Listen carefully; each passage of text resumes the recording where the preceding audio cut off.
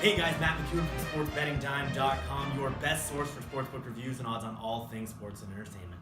I'm back with yet another week of the fantasy football checkdown, or some of you may perceive it by now, that football jerk in the button down. Last week's lineup was held back by a couple receivers we won't name. Nelson Aguilar, D.D. Westbrook, excuse me, that's that cough I'm getting. But, as they say, we lived and we certainly learned. Don't trust Blake Bortles. Before we dive in this week, keep in mind these are not my top ranked players at each position, rather my best DFS lineup this week. If you are looking for full positional rankings, you can check out sportsbettingdime.com where you'll find them there. But let's dive in. Starting off at quarterback, I am going with, again, Case Keenum against the Eagles. Now, I'm not going to splurge on Tom Brady this week since the Vikings pivot is the better value at $1,000 cheaper. Keenum was a bit of a disappointment last week, but that was against a Saints team who were susceptible to the run. Minnesota will not be able to run the ball efficiently against the Eagles' dominant front, especially in the red zone, resulting in a lot of touchdown potential for Keenum. Moving on to running backs. My first running back this week, I'm going with Dion against the Jags. Lewis has touched the ball an average of 28 times per game over the Patriots' last 3. And I don't foresee him losing much of his work in the red zone with Rex Burkhead returning. Dion Lewis is set for another big one.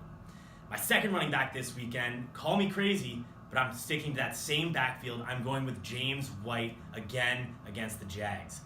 I'm going with White this week because I do believe he and Lewis can coexist in that backfield, evident by White's 2 touchdowns last week. Tom Brady is going to have to throw a lot of quick game against the Jaguars, and he won't be looking to test their corners on the outside very often.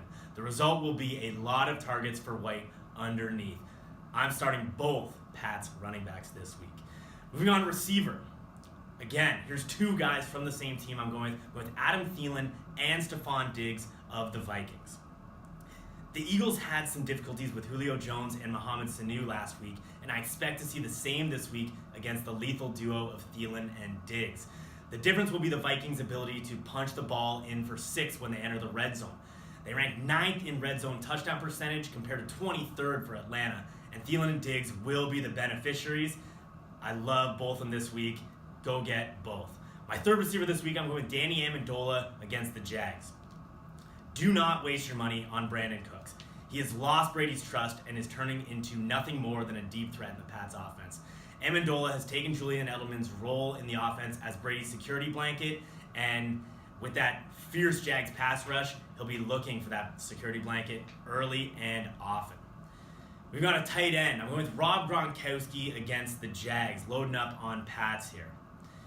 With Zach Ertz having to deal with Harrison Smith and a Vikings defense that allowed the fewest fantasy points per game to tight ends this season, Rob Gronkowski is left as the only option at tight end you can start comfortably. I'm not expecting a big one from Gronk, but he won't be shut out in this one. He is the most reliable start this week. Spend the money on Gronk. Moving on a kicker. Again, another Patriot here. I'm going with Gostkowski against the Jags. Prior to last week, the Jaguars were only allowing a touchdown on 37% of their opponent's red zone trips, good for 2nd in the NFL. Expect the Patriots to be calling on Gostkowski early and often in this one. A lot of field goals here.